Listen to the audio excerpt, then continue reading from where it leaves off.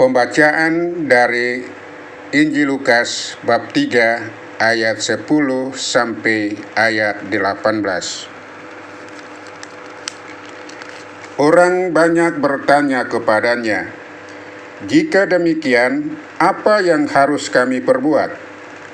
Jawabnya, "Barang siapa mempunyai 2 helai baju, hendaklah ia membaginya dengan yang tidak punya.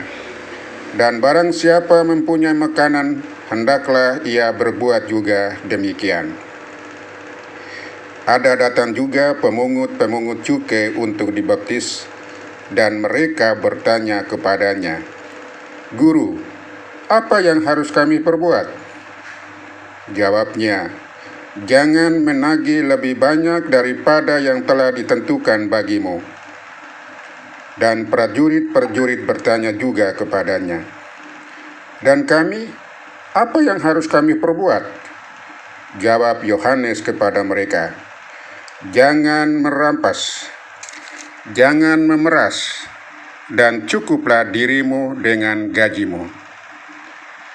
Tetapi karena orang banyak sedang menanti dan berharap, dan semuanya bertanya dalam hatinya tentang Yohanes, kalau ia adalah Mesias.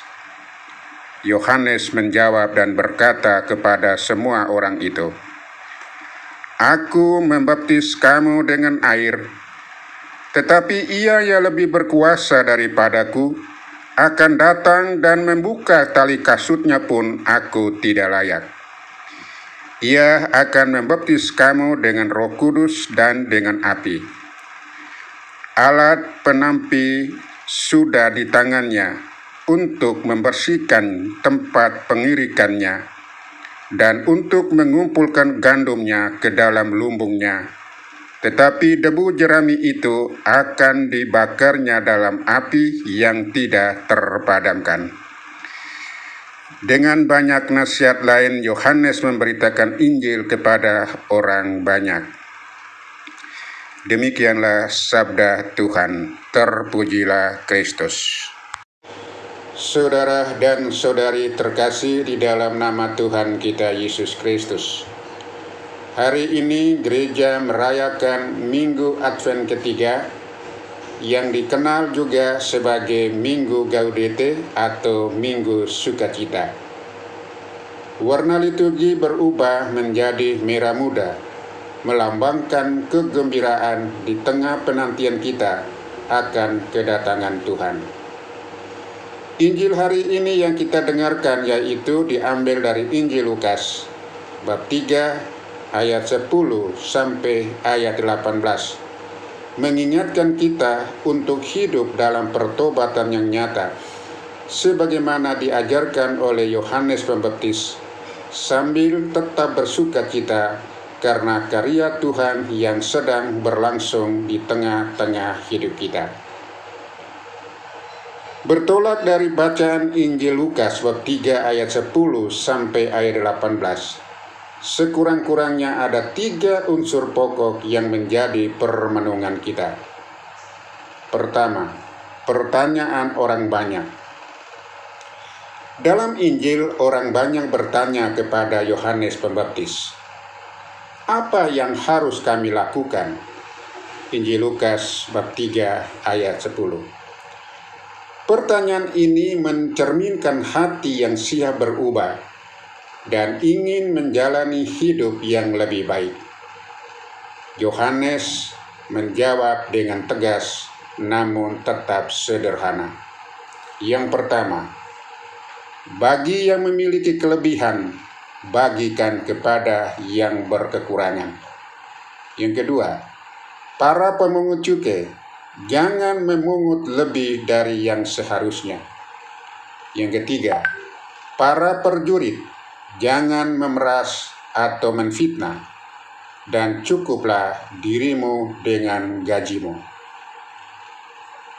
Pesan ini mengajarkan bahwa pertobatan harus diwujudkan dalam tindakan konkret, bukan hanya dalam kata-kata. Kita semua dipanggil untuk berbagi, untuk hidup jujur, dan hidup adil dalam setiap keadaan hidup kita. Yang kedua, bersukacitalah di tengah pertobatan. Seruan Yohanes kepada pertobatan tidak berarti kita harus hidup dalam kesedihan atau rasa bersalah terus-menerus. Sebaliknya, pertobatan membawa sukacita karena mendekatkan diri kita kepada Tuhan. Yohanes menunjukkan bahwa perubahan hidup yang sejati membuka jalan bagi kehadiran Mesias, Sang Juru Selamat, yang akan membaptis dengan Roh Kudus dan api. Advent adalah masa penantian, namun bukan berarti penantian yang pasif, melainkan penantian yang penuh harap dan sukacita. Sukacita sejati tidak berasal dari harta duniawi, tetapi dari pengalaman akan kasih dan keselamatan Tuhan yang sedang bekerja dalam hidup kita. Yang ketiga, kehadiran Tuhan yang membawa pembaharuan. Yohanes menggambarkan Mesias sebagai Dia yang membawa penghakiman dan pemurnian. Alat penampi sudah di tangannya untuk membersihkan tempat pengirikannya. Lukas bab 3 ayat 17.